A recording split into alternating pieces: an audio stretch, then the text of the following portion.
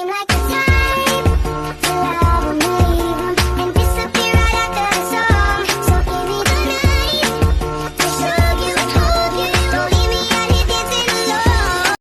Assalamualaikum warahmatullahi wabarakatuh. Perkenalkan, saya Nur Hayati dengan MPM 204230175. Di sini saya ingin menjelaskan sedikit materi mengenai pengembangan kurikulum 2013 dan kurikulum merdeka, di mana di dalam mata kuliah telaah kurikulum yang diampu oleh Bapak Tio Gusti Satria, Magister Pendidikan. Baik, di sini saya jelaskan terlebih dahulu apa itu kurikulum 2013. Kurikulum 2013 merupakan sistem pendidikan terbaru yang diperkenalkan oleh pemerintah Indonesia pada tahun 2013. Tujuan utama dari kurikulum ini adalah mengembangkan potensi setiap peserta didik menjadi individu yang beriman, bertakwa, berakhlak mulia, sehat, cerdas, kreatif, dan mandiri. Kurikulum ini mencakup 5 aspek penting, yaitu spiritual, sosial, pengetahuan, keterampilan, dan sikap. Selain itu, kurikulum 2013 juga memberikan penekanan khusus pada pendidikan karakter serta pengembangan kreativitas peserta didik. Selanjutnya di sini ada dasar pertimbangan kurikulum 2013. Memang harus diakui bahwa implementasi kurikulum 2013 menghadapi masalah yang tidak sederhana karena kurikulum 2013 ini diproses secara amat cepat dan bahkan sudah ditetapkan untuk dilaksanakan di seluruh tanah air sebelum kurikulum tersebut dievaluasi secara lengkap dan menyeluruh.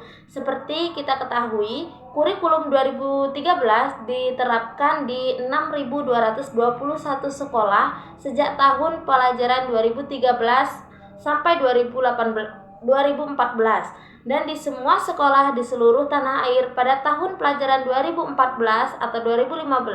Sementara itu, Peraturan Menteri Pendidikan dan Kebudayaan Nomor 159 Tahun 2014 tentang evaluasi kurikulum 2013 baru dikeluarkan pada 14 Oktober 2014, yaitu 3 bulan sesudah kurikulum 2013 dilaksanakan di seluruh Indonesia.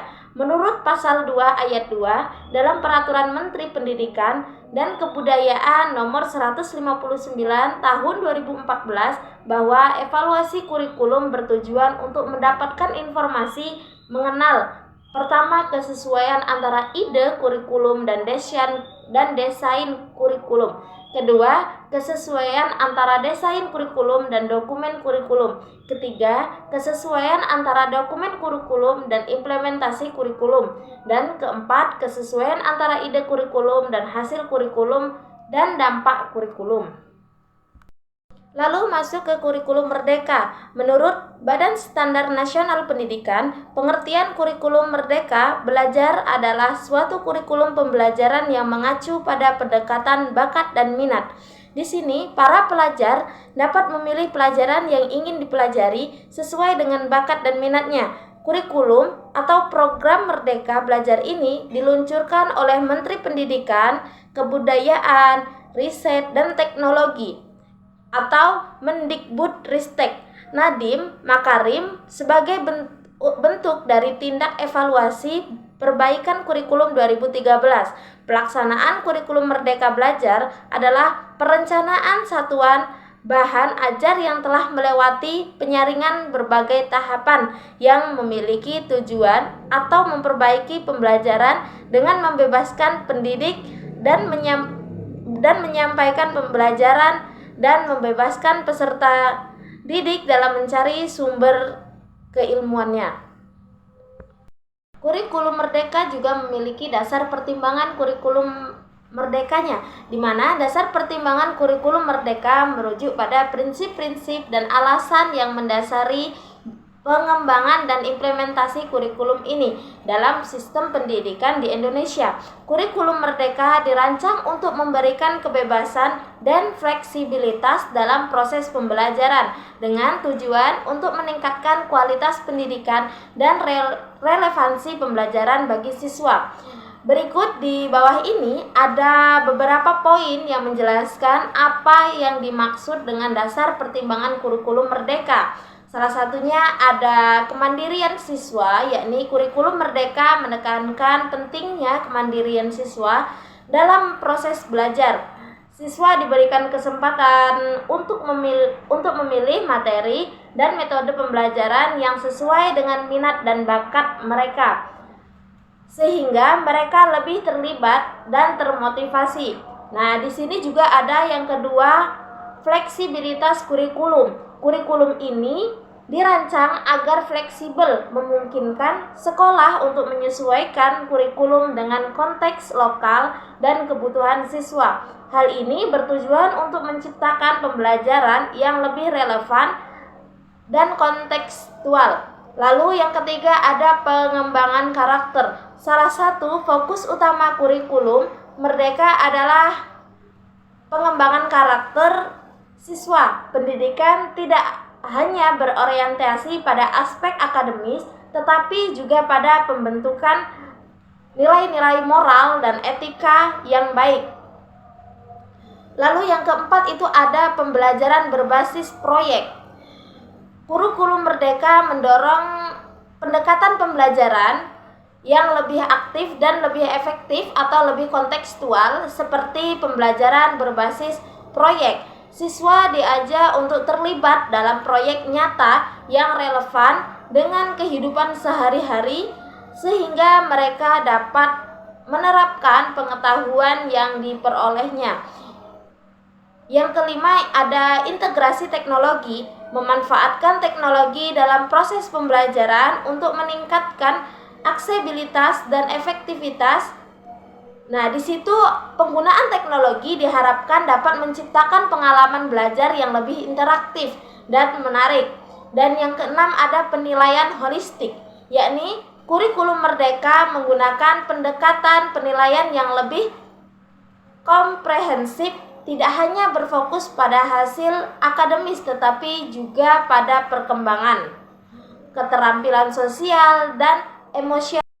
Di sini kita juga membahas mengenai rasionalitas pengembangan kurikulum. Rasional pengembangan kurikulum 2013, pengembangan kurikulum perlu dilakukan karena adanya berbagai tantangan yang dihadapi, baik tantangan internal maupun tantangan eksternal. Yang pertama itu ada tantangan internal, pemenuhan 8 standar nasional pendidikan yang meliputi standar isi dan standar proses, standar kompetensi lulusan, standar pendidik dan tenaga kependidikan, standar sarana dan standar prasarana, standar pengelolaan, standar pembiayaan dan standar penilaian pendidikan.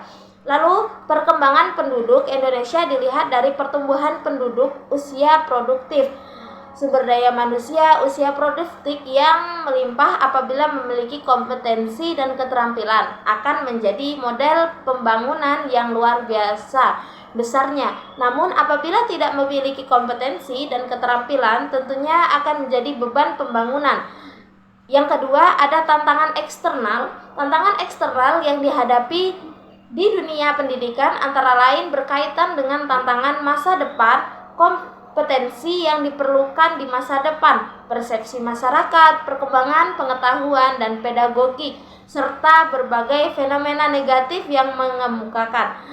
Lalu tantangan masa depan itu antara lain globalisasi, kemajuan teknologi, informasi. Lalu kompetensi masa depan itu antara lain juga kemampuan berkomunikasi, kemampuan berpikir jernih dan kritis, kemampuan menjadi warga negara yang bertanggung jawab, lalu kemampuan mencoba untuk mengerti dan toleran terhadap pandangan yang berbeda, dan memiliki kesiapan untuk bekerja.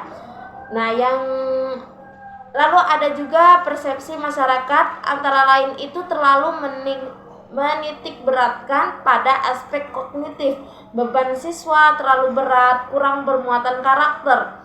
Nah, perkembangan pengetahuan dan pedagogik itu meliputi neurologi, psikologi, observation based atau discovery learning, dan Collaborative learning, fenomena negatif antara lain berkelainan pelajar, narkoba, korupsi, plagiarisme, dan kecurangan dalam ujian. Nah, selanjutnya ada rasionalitas pengembangan kurikulum merdeka yang berfokus pada penyesuaian dengan minat, bakat, dan potensi peserta didik. Ini bertujuan untuk memberikan kebebasan dalam pembelajaran, mendorong kreativitas, dan meningkatkan relevansi pendidikan dengan kebutuhan zaman. Tujuan pengembangan kurikulum merdeka itu ada yang pertama, meningkatkan relevansi pendidikan dengan kebutuhan dunia kerja, dan yang kedua, memberikan hak kepada program yang sesuai dengan minat dan bakat mereka. Lalu yang ketiga itu mendorong mahasiswa untuk aktif dalam proses pembelajaran melalui pengalaman nyata. Itulah tadi sedikit materi yang saya sampaikan, kurang lebihnya saya mohon maaf. Apabila ada kesalahan, kepada Allah saya mohon ampun. Terima kasih dan saya akhiri. Wassalamualaikum warahmatullahi wabarakatuh.